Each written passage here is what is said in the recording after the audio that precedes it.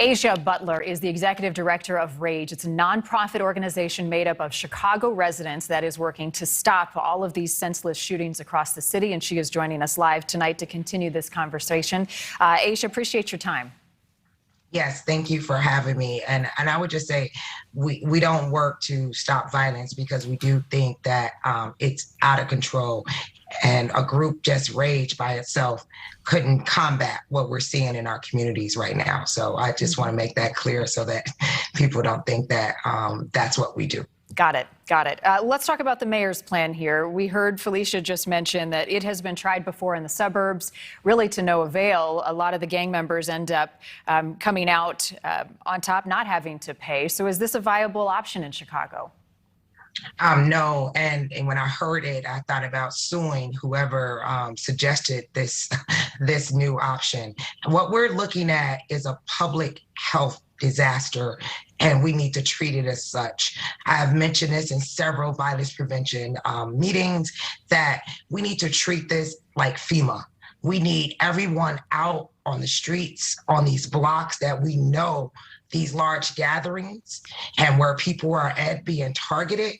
And we need to brighten it up as bright as we can, as if it was as worse as 9/11, because that is what we're dealing with in our community. And when you say brighten it up, you actually mean bring lights in, correct? Lights, yes. Actually, the environment, especially in a community like Inglewood, where we're from, sometimes the environment actually perpetuates this type of behavior. If it's dark, if it's abandoned, if nothing is happening, if the streets are not paved, these are all things that we could be investing our money in instead of civil suits against gangbangers who we don't even have. I don't even know how you even say that in a way that we don't even have accurate data on who's gangbangers or not. This right now is a public health disaster. We need mobile units out 24 hours a day. We need to have, and when it's night, it needs to look like the daytime in areas that we know are no hot spots, like Woodlawn, like Inglewood, like back of the yards.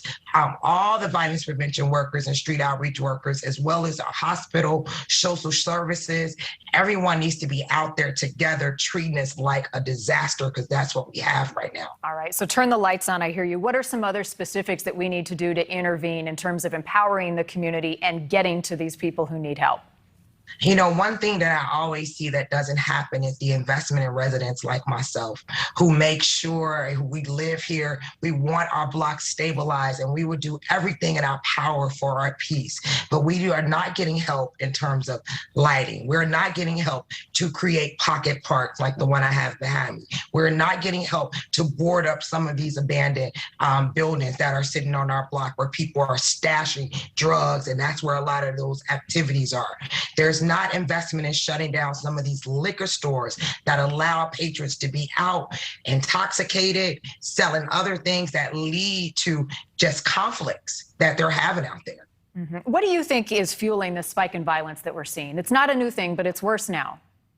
Well, it's reported much more, but I would definitely say I talked to a sergeant not too long ago, the ages have decreased. Like right now where people are paying 12 to 17-year-olds to do these shootings. And so now that you have this younger generation with absolutely no care in the world, this is where something broke down. And we all know within a family or being in an area of concentrated poverty, you know there's probably going to be a breakdown.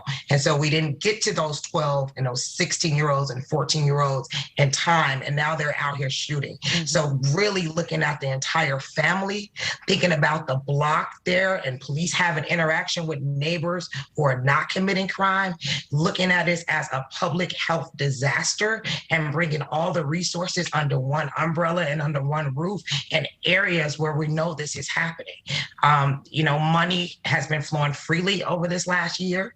Guns have been flowing more freely over this last year, and a lot of resources have been taken away from the average person who may have supported these young people, and now they have no support, they have no income, and they're getting it from folks who are really having them shoot babies and moms, and some of the stories that you hear is just pathetic. It's a public health disaster in Chicago. It is pathetic. And I share in your frustration. You're the first person that I've had on in a while that actually had some viable solutions that we can put into place right now. Turn on some lights in Chicago.